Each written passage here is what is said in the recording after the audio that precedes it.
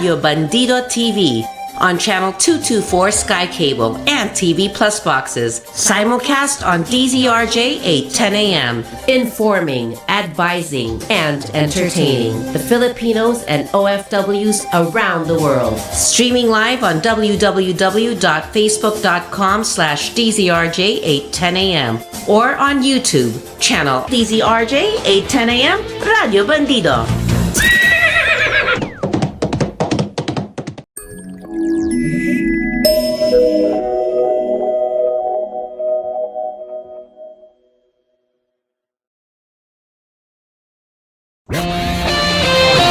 The views and comments of the hosts and guests are not necessarily those of the station.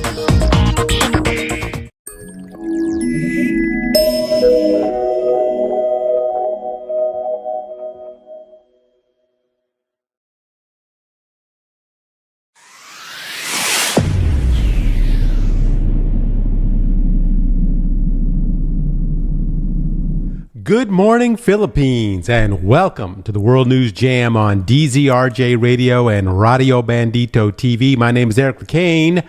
Welcome to our show. Now, this week we are actually starting our new time slot on Monday morning in beautiful Makati, Manila. We talk about stories going on outside the Philippines so you can stay informed as to what is going on around the world. Now, this week, of course, the California wildfires, which is so unbelievable. We'll be doing some Trump news. Does he want to take over the world? Also, what are the most popular viruses popping up around the world? And should we be scared? And Venezuela has a new president. Oh, wait a minute. No, it doesn't. That story and much more coming up right now here on the World News Jam. So, every few years on the show, we talk about California wildfires.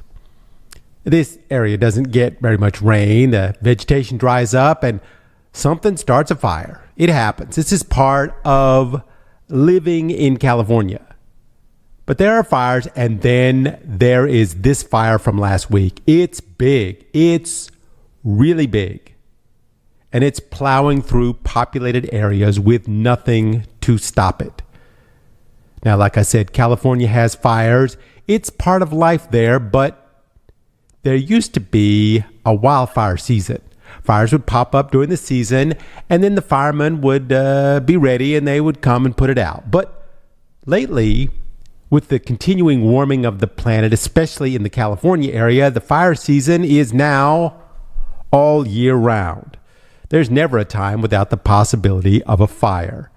And here's another thing. Now fires are popping up in places that they never used to before. Many forests, especially near the coast where it should be moist and naturally immune to fire, but the ecosystem in California is changing.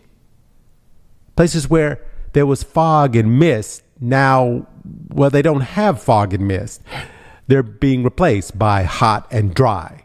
Perfect for fires, and these fires are being created and are hitting major cities that you would never hear of having fires before. And storms with lightning are becoming more frequent and unpredictable. It only takes one lightning strike to start a massive fire, or one down power line, or one careless person. This week, the reason the fire is getting much international news is because it's just so very big. And it's hitting Los Angeles, where many, many, many people live. In the Palisades area, over 20,000 acres is already burned, and they still are having a hard time getting it under control. The Eden area right now has about 15,000 acres burned. Just these two fires are already the worst fires in LA history. Some 10,000 structures have already burned, and near 60 square miles is up in flames in just 3 days. When you look at the fires from Tuesday to Wednesday, it's absolutely astounding how fast they grew. 700 acres was burning, and all of a sudden it went to 20,000 acres in less than 1 day. And the worst thing is looking at those before and after pictures. The news shows what it looked like on Monday and then what it looked like on Wednesday. Looked like a nuclear bomb hit some of those areas. They're just completely burned. Nothing is left except charred black skeletons of homes. Now there's an even bigger problem. The wind is blowing and blowing harder and harder, and the fires are starting to spread to other communities such as Brentwood and Encino and West LA. One of my friends from the Philippines lives near there. They said that the fires are not near them yet. However, you can't breathe the air, and there's this horrible constant smell in the air. Now, if you're in one of these areas, there's an interesting thing going on. You can actually pay private firefighters to come save your house. Supposedly, this is a thing there now. You can also contact your insurance company, and in some cases, they will try and help you save your home. They will come to your home and spray your house with a heat-absorbing, fire-blocking gel. Now, according to one of these companies that covers the Pacific Palisades area, they have a waiting list of 20 or 200 people trying to get this service. But if you can't get them, they will spray your bushes and shrubs and trees. But remember, it'll cost you right now about 5 times the usual rate. Now, here's an interesting thing. There's some homes that are not burning next to homes that did burn, because there are homes that you can actually buy out there in California now that are fireproof. The whole house is built with non-burning material.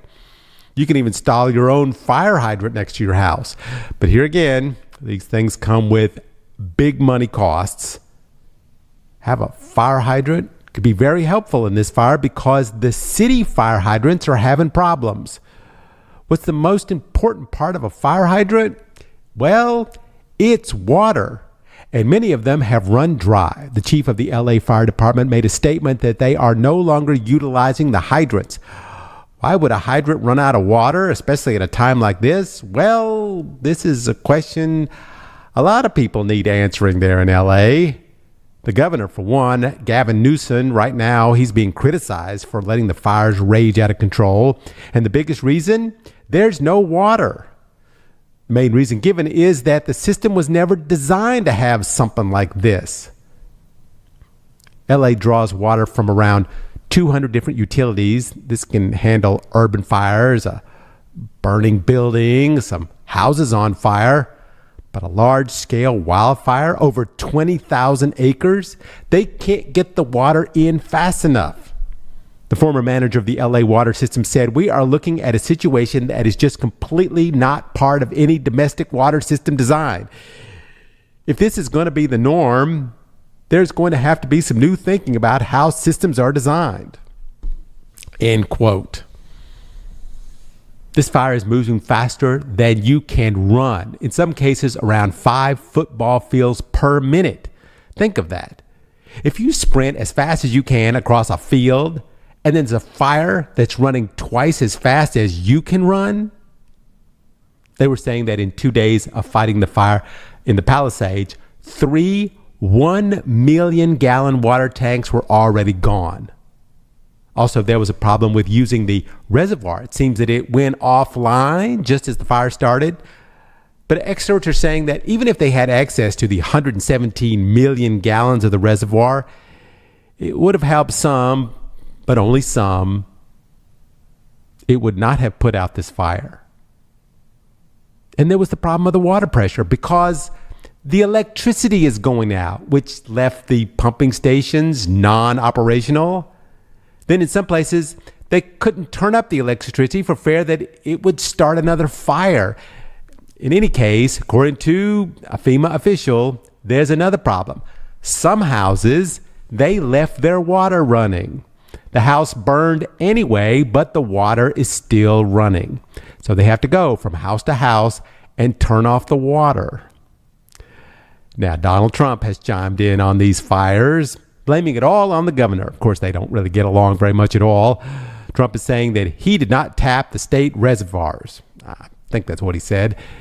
Anyway, as of now, 11 people are confirmed dead, while 13 are still missing.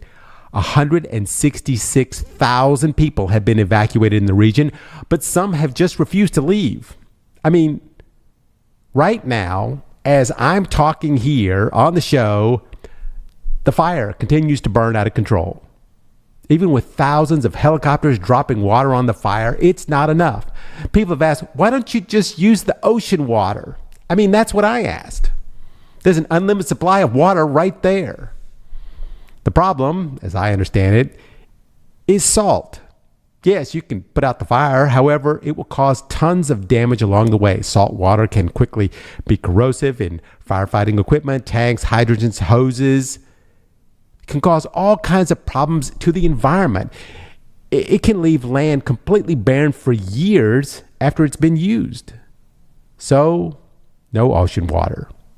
As of now, firefighters are just doing the best they can with what they have, and that's not very much. As climate change continues to create these situations, new solutions are going to be needed to be invented in order to counteract fires like these. It's hard to imagine it could be any worse. But reality keeps telling us it can be. And this is the World News Jam on DZRJ Radio, talking about this week's world news. I'm LeCain. So, I made a list of all the U.S. presidents that have a criminal record. It's an interesting list, so I thought I would read my research here on the show. The number one president on the list is Donald Trump. And that's the end of the list. There are no others. Donald Trump is the only president ever to have a criminal record. On Friday of last week, the judge in the hush money case against Trump read the verdict guilty on all 34 counts of fraud and sentenced him. This sentencing had to be postponed after the trial several months ago because of the change in the rules made by the Supreme Court. And then later, Trump saying it should be made after the election to be fair. Well, Trump won the election. So then the issue became whether all the charges should just be simply dropped as if nothing had ever happened. Trump went through the appeals court to try and get the sentencing stopped, but once Trump is crowned president, he cannot be prosecuted based on the Supreme Court rulings. So all the appeals, well, they all go the way of the Supreme Court. But this one did not. I mean, we expect it to be a 6-3 vote, right? Trump has always referred to the Supreme Court as his Supreme Court. So good chances they were going to say that sentencing should not take place, even though this case was clearly a guilty verdict. Remember, the jury's verdict was unanimous, and that came from jurors that voted for Trump. But then there was a surprise this past week when the Supreme Court voted 5-4 to allow the sentencing to happen anyway. So the judge read out the charges and what it was like to have to oversee this trial. He was threatened. His family was threatened. The witnesses were threatened. There was even to worry about the jurors. In the end, the judge did not sentence Trump to anything. No jail, no fine, no probation. Why? Why did he not? Because in the end, Trump will be president. He can't be treated as a normal person. Under these very unique circumstances, he could not induce a sentence on Trump when in 10 days Trump will be the president of the most powerful country in the world. But he stood by his decisions that these charges were leveled to Trump as a regular citizen and not as the president, which led us to the other cases against Trump. Now, this particular case that we're talking about is a state trial. Trump was found guilty of fraud in the state of New York. But on the federal cases against Trump, he's had much better luck getting out of them without ever having to go to trial. But there still is one small hill Trump must get over. Both federal cases against him will disappear once he is president, especially that case about stealing the U.S. secret documents. But the prosecutor in the case, Jack Smith, still wants to release his findings, which, from what I gather, looks very bad for Trump. So Trump this week is trying his hardest to stop the documents from being released to the public. As of today, the appeals court has said that the documents from the case on the Trump tried to overthrow the election can be released, at least partially. However, in regard to the case of the stolen classified documents, well, it's complicated. Trump is clearly off the hook in that case because he's going to be president. And the judge in that case that was appointed to the bench by Trump himself has already dismissed the case. But Jack Smith, the prosecutor, has wanted to release his findings anyway. Now, the head of the DOJ, the slowest attorney general in history, has decided not to release those documents because of the two co-defendants that helped Trump hide those documents. Now, those guys are still set to stand trial, but here's where the sheer stupidity of the DOJ comes in. If those cases have not been completed by the time Trump takes office, well, I'll make a bet with anyone out there that these cases against Trump employees helping him with magically making those documents disappear, well, those cases will also magically disappear somehow. I never thought that there was ever really a push to convict Trump's valet and his assistant, but many believe the purpose of bringing those guys to trial was to push them to eventually turn on Trump once they were facing 20 years in jail. But those guys who were up to their necks in guilt, according to Jack Smith anyway, the special prosecutor, they will probably get off with never going to trial.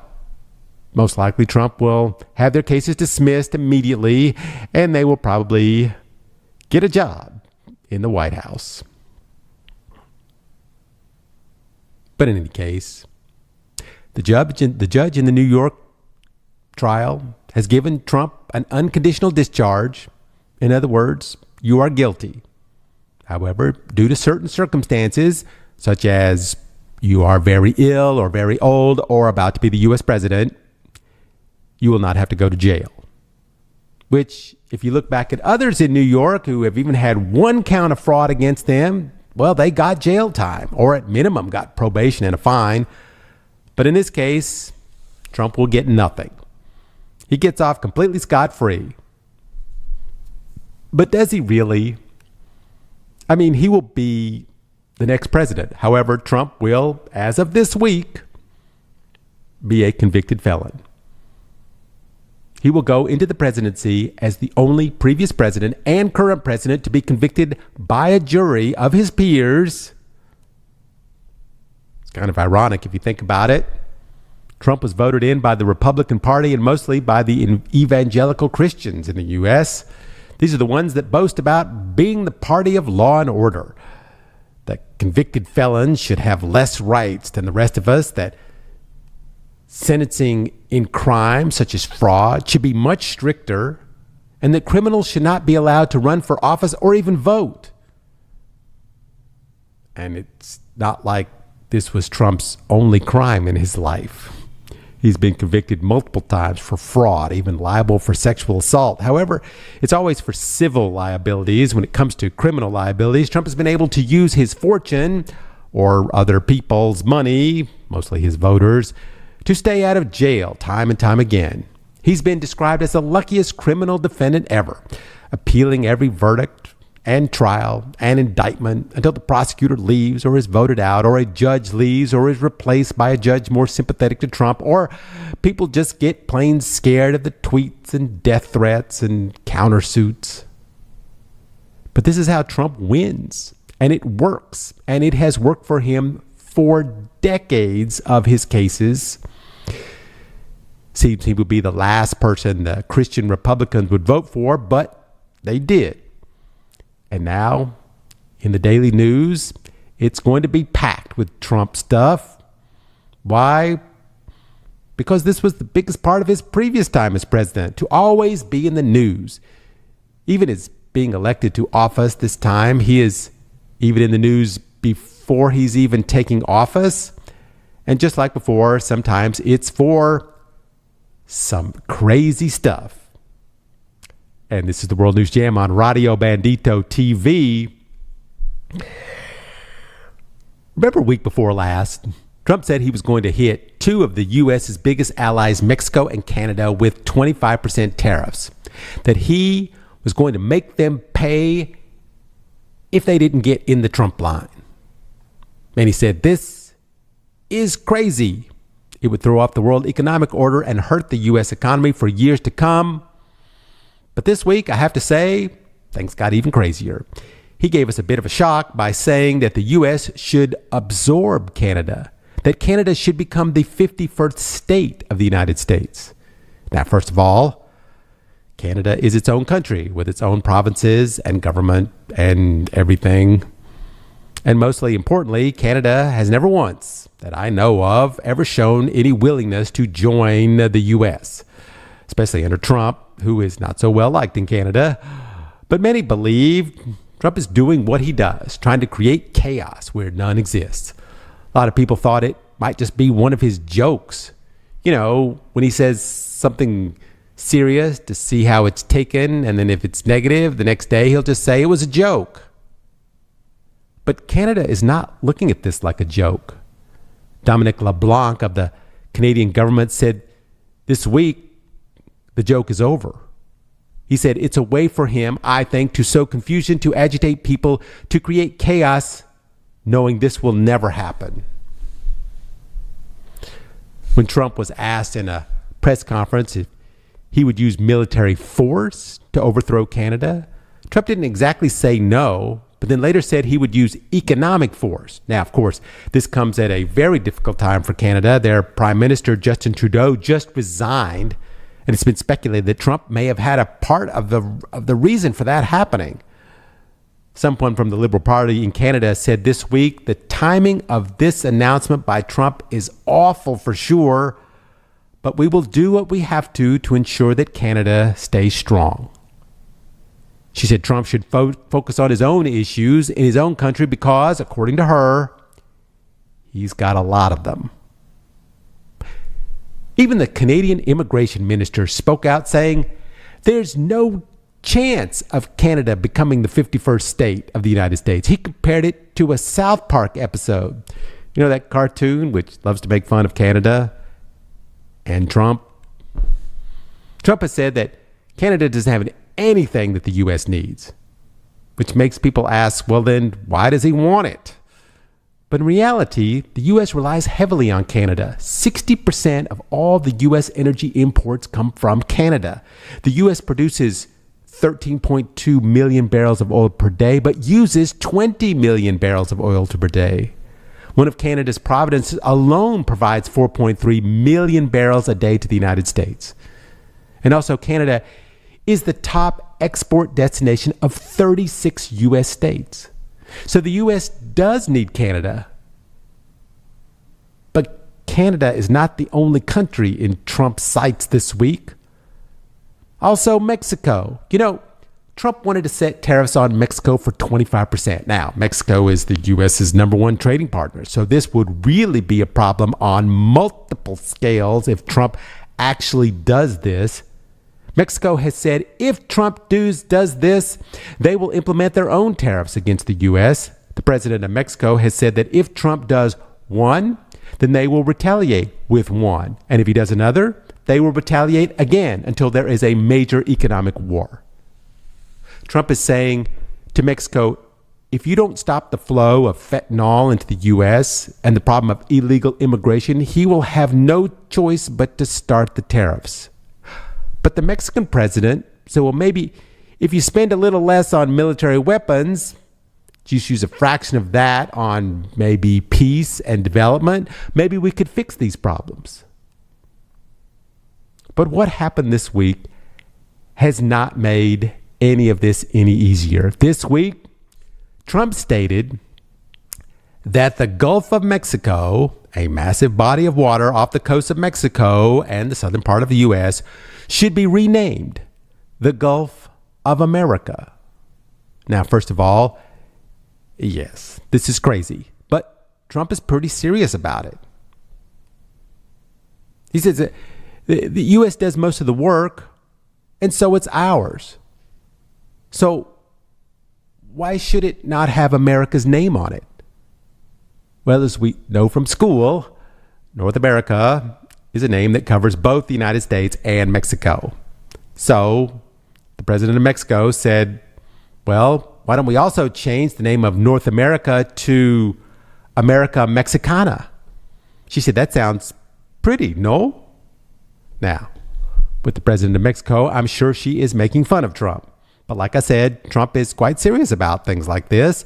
I mean, you know, the Philippines kind of did the same thing with changing the name of the South China Sea to the West Philippine Sea. But the difference being that it was because the World Court had said that part of that ocean falls under the jurisdiction of the Philippines, whether China believes it or not. So there's a disagreement between Iran and Saudi Arabia over whether it should be the Persian Gulf or the Arabian Gulf. But this Gulf of America thing is based on one man's ego. I mean, if Trump wants to change it, he can. However, the rest of the world doesn't have to agree. But of course, Marjorie Taylor Greene, the congresswoman from Georgia, has already tried to get a leg up on the Trump returning to office.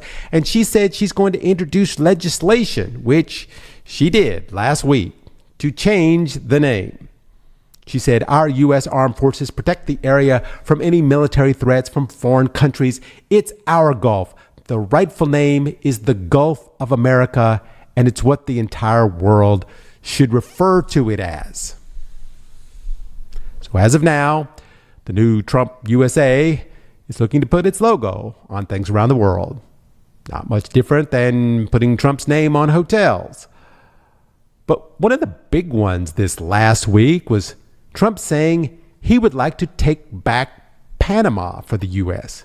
He said, we should never have given it to those people of Panama anyway. Now, of course, Panama is home to the Panama Canal, one of the greatest marvels of engineering ever built, allowing boats to cross from the Atlantic Ocean to the Pacific Ocean. A lot of Trump's thought process to taking back the canal is money.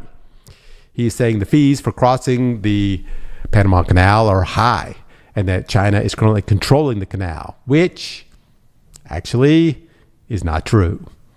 Originally, it was Hong Kong that operated the port on either side, but that was because of a bidding process done back in 1997, and they are still there. But they don't run the actual canal. Panama does. Trump was to take over the operation of the canal entirely and has said that he may do that by using the power of the U.S. military. Trump said that he might make the military to also take over the country of Greenland. Remember when Trump was president before? He said he wanted to buy Greenland. And people were like, OMG, this guy is crazy. Well, the craziness is back. But Trump seems to be very serious now. He said last week that he will get it one way or the other. If they don't want to sell it, then he will use economic or military force to get it. Now, Greenland has been under Danish control for around 300 years, and they are not about to give it up. They are part of NATO, who would help them defend it if it needed. But of course, the U.S. is a member of NATO, although Trump has said he wants to pull the U.S. out of it. Now, Trump believes that Greenland has a military advantage to the U.S., and he said it looks really big. Well, okay, it looks really big on a map. In actuality, it's not as big as it looks on a map because, you know, the Earth is round, which gives Greenland the appearance on a flat map of looking bigger than it is. But also the country of Denmark had just recently announced a military package for Greenland at almost $1.5 billion, which Trump didn't seem to know about because he said if Denmark doesn't fulfill its military obligation to the area, then the U.S. will. Also, Greenland wants its independence. They have for a while. Granted, there are only about 50,000 people there, so they want to keep the subsidies coming in from Denmark so they have enough money for health care and welfare.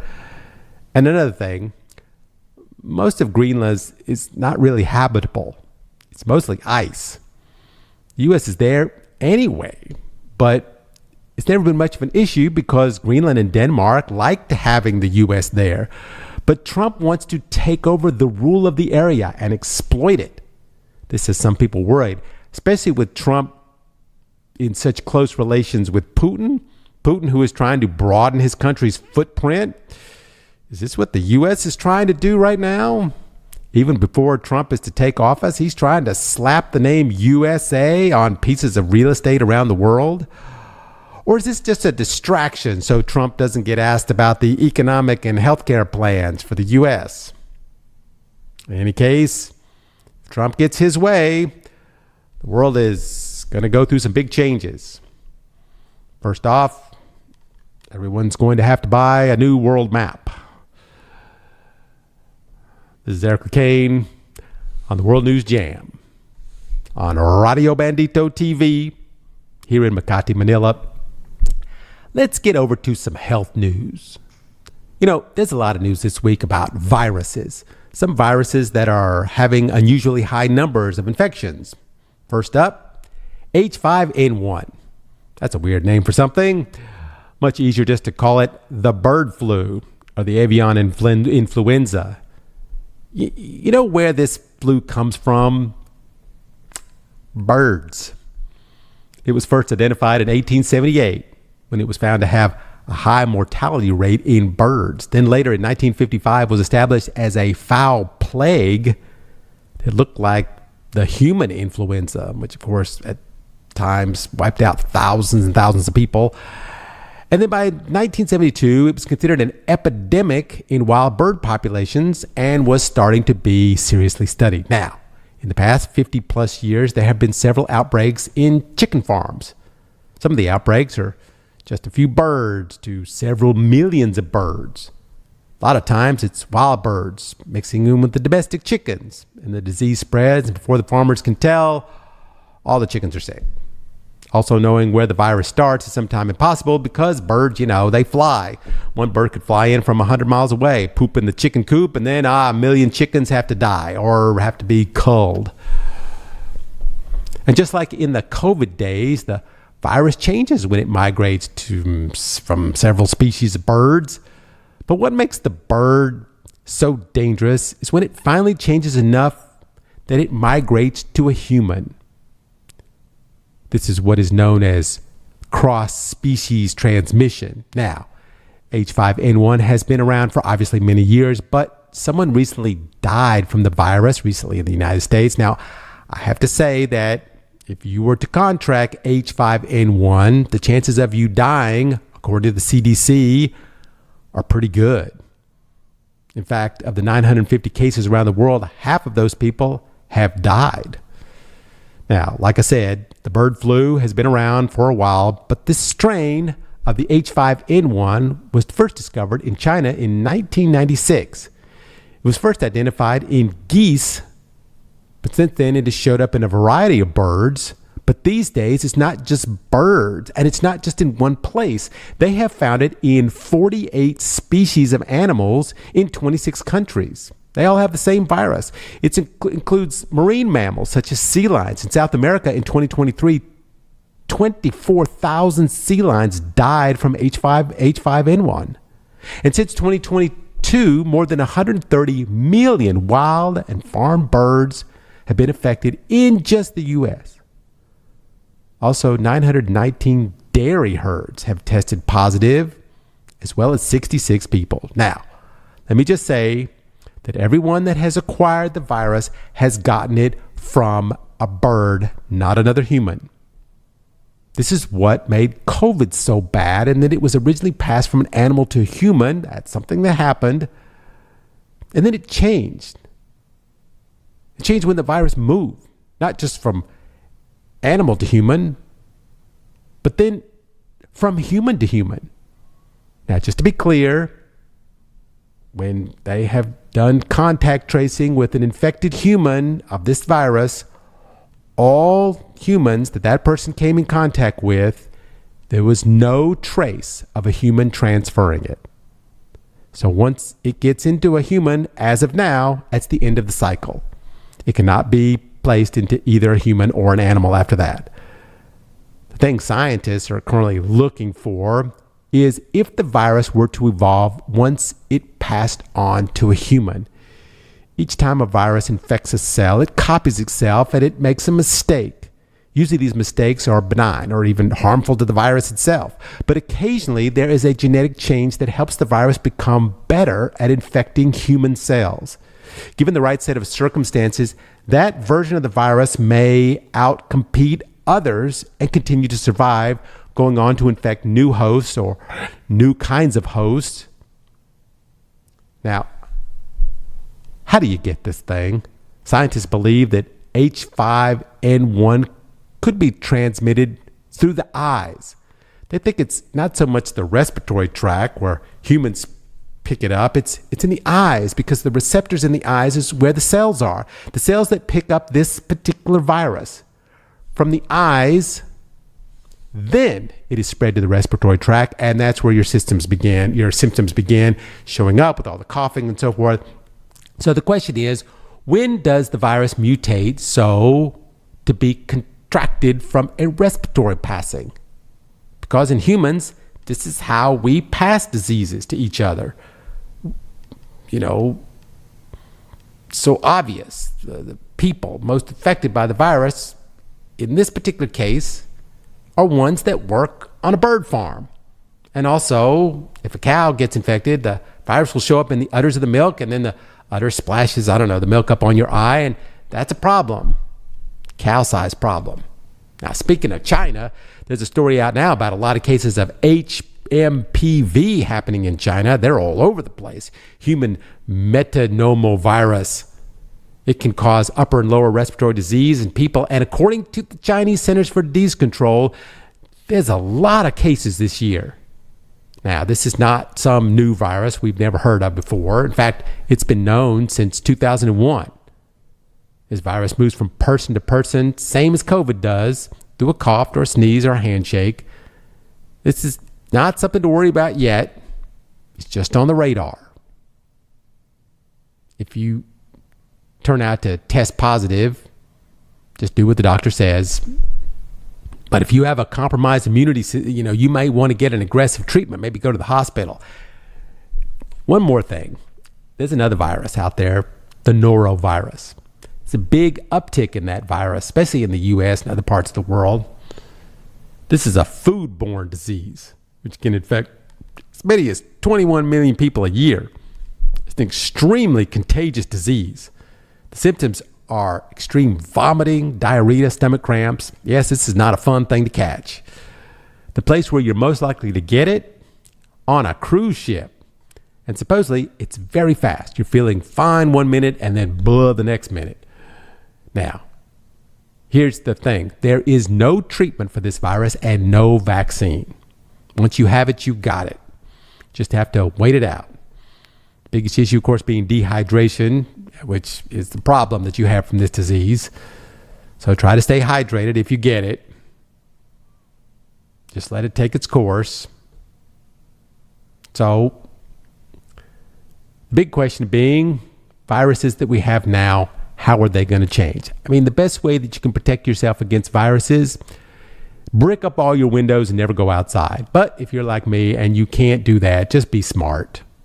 If you find yourself really, really sick, go to the doctor, get checked out. And remember, the best chicken to be around is the one that's cooked.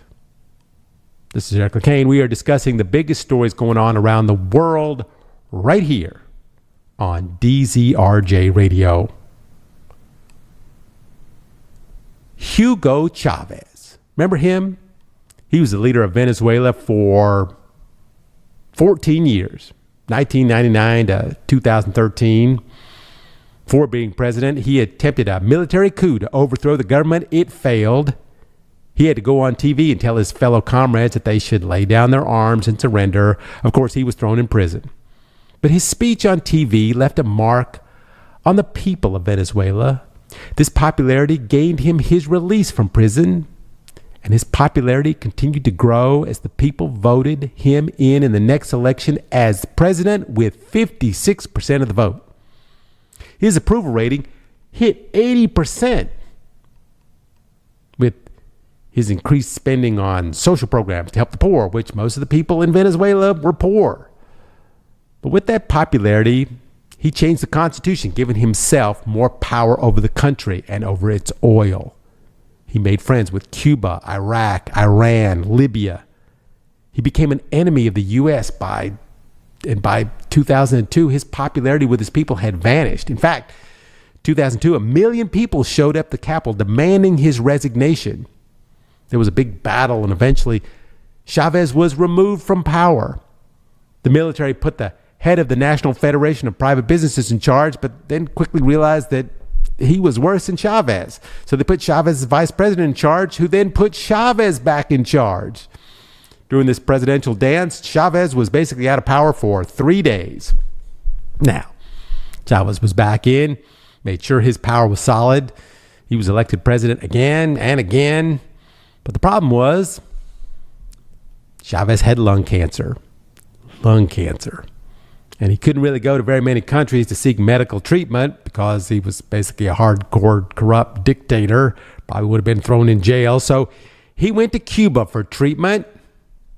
Put a man named Nicolas Maduro as his vice president in charge until he could get back and be sworn in again as president. Well, Chavez never made it back, and he died soon after, which left a dilemma for the country.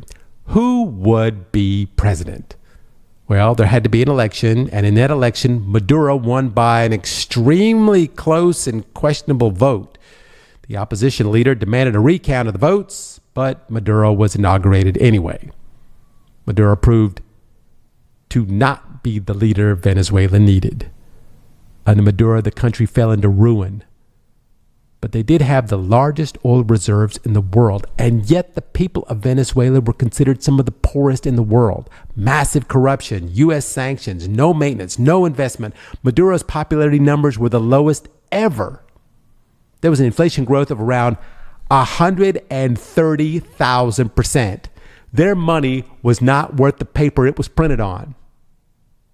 So with the public disliking him, Maduro began to crack down on any political opponents or any dissent, and any critics in the media were quickly dealt with very harshly. People began leaving the country by the millions.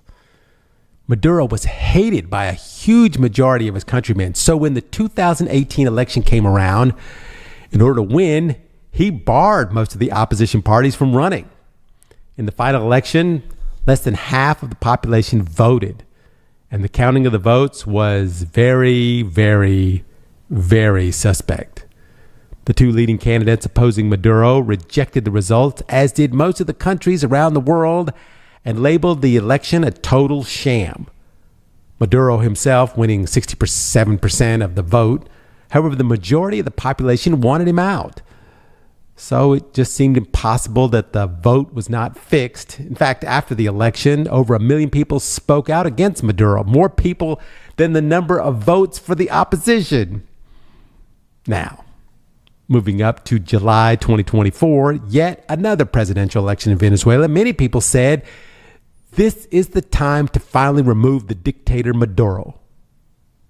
But many were very vocal that he would most likely cheat again. After the election, the candidate Edmundo Gonzalez claimed himself the winner. Kind of seemed obvious. But then Maduro also claimed that he had won the election. Several academics and news outlets had very strong evidence that not only did Gonzalez win the election, but he won by a very large margin. They managed to get the official tally sheets collected by all poll watchers from a majority of the polling centers around the country. From that information, it looked like a landslide victory for Gonzalez. However, the National Electoral Council, which is run by Maduro, said that after they counted, Maduro had won by a narrow margin. But as far as showing any official tally sheets to prove that, they did not. In fact, they couldn't show any proof that Maduro had won. Immediately, the Carter Center said that if elections are seen as fair, announced that the election results were to them flawed, and they could not verify the results to the world. The United Nations declared that you cannot announce a winner without showing the results of the election. Analysis by multiple media sources found that the CNE results were statistically impossible to be accurate based on the actual tally sheets that they had. The opposition had coordinated with 600,000 volunteers to witness each voting machine and watch the tally sheets being printed and the ones that were sent to the CNE. They, the volunteers, were able to get 80% of the tally sheets. This was backed by the international poll watchers who carefully watched the election. But once Maduro declared himself the winner, something called Operation Tum went into effect, a nationwide crackdown on dissent. This came as protests of the election were occurring around the country. Of course, the rest of the world was split. Most countries recognized Gonzalez as the true president. However, countries which Maduro had friends, Russia, Iran, North Korea, and Cuba, have recognized him as the president. So there was an audit done of the results by the Supreme Tribunal of Justice. They found through their investigation that Maduro had indeed won, although every one of those justices is totally loyal and handpicked by Maduro. A little over a month after the election, Maduro issued an arrest warrant for Gonzalez for conspiracy. He was forced to leave the country. But even so, as of last week, the country of Venezuela had 2 presidents, both planning to be sworn into office. Now, the international community has the actual tally sheets with the actual vote tallies on it, which states that Gonzalez won by a huge margin, 67% to Maduro's 30%. So on Friday of last week, Maduro shut down all the borders going into the country and later had himself sworn in again as president, with the opposition, Gonzalez, not able to come to the country. So he claimed it was a coup d'etat. Maduro said in his speech, "The power given to me was not given by a foreign government, a foreign president, or a gringo government. No one in this world can impose a president in Venezuela." End quote. Well, the U.S. government has now put a $25 million bounty on the arrest of Nicolas Maduro. And this is not for cheating on the election. It's for drug trafficking, something Maduro has been widely known for. Supposedly, he coordinated a multi-ton cocaine shipment with the Revolutionary Armed Forces of Colombia, known as the FARC. The designated terrorist organization, the U.S. authorities said Maduro directed the cartel to provide military-grade weapons to the FARC and sought its help in training an unsanctioned militia that functioned as an armed wing of the cartel in Colombia. So there you go. A dictator slash drug dealer slash arms dealer is now the president of Venezuela. I saw a video of an international news agency interviewing a woman in Venezuela. She said, "We knew Maduro would not win, and we knew he would be president anyway. You just keep your head down, go to work, and don't say anything. This is my country, Venezuela." And this is Eric LeCain discussing stories going on around the world here on DZRJ Radio and Radio Bandito TV. Now, here's a story. It's going to make a great movie someday. We all know the Yakuza, right? The Japanese organized crime syndicate gang. They have heavily tattooed bodies and wear the fundushi. They, of course, have that ritual of amputating the little finger on the left hand in case you screw up somehow. Well, they were huge back in the 1960s with over 184,000 members, but as of 2023, there are maybe around 10,000 members. The reason being, young people are just not that interested to join anymore. So as the members get older and retire, there's not many to take their place. They still do their same criminal activities, and they are still feared, but the government is making it harder and harder for them to do the types of businesses they do. Also, younger members don't like cutting off their fingers. For one thing, it hurts. The other thing, it makes them very identifiable to the police. Although they have been using prosthetic fingertips to disguise their hands. I read that somewhere. But of course, the tattoos they have, a bit harder to hide, sometimes covering most of the body. They are done by sharpened bamboo or steel, not the modern tattoo gun. So the process is very painful. It takes sometimes years to complete a tattoo. Of course, the best time to display your tattoos is when you're gambling at cards. In any case, back in 2021, one of the leaders of the group was sentenced to death for murder and attempted murder. He was the leader of the 𝗡𝗲𝘄𝘀, the most dangerous of the Yakuza. This was the first death sentence given to a Yakuza leader by the Japanese court. But this week, another leader found his way into some trouble, but not for murder, but for trafficking in nuclear materials. This week, the leader of the crime group pleaded guilty to trafficking nuclear materials from Myanmar as part of a global web of trades in drugs and weapons and laundered cash. According to the U.S. Drug Enforcement Administration back in 2021, 𝗪cie𝗵𝗱𝗀 tried to sell the materials, including uranium and weapons-grade plutonium. He was trying to sell it to someone he believed was an Iranian general who wanted them for his nuclear weapons program.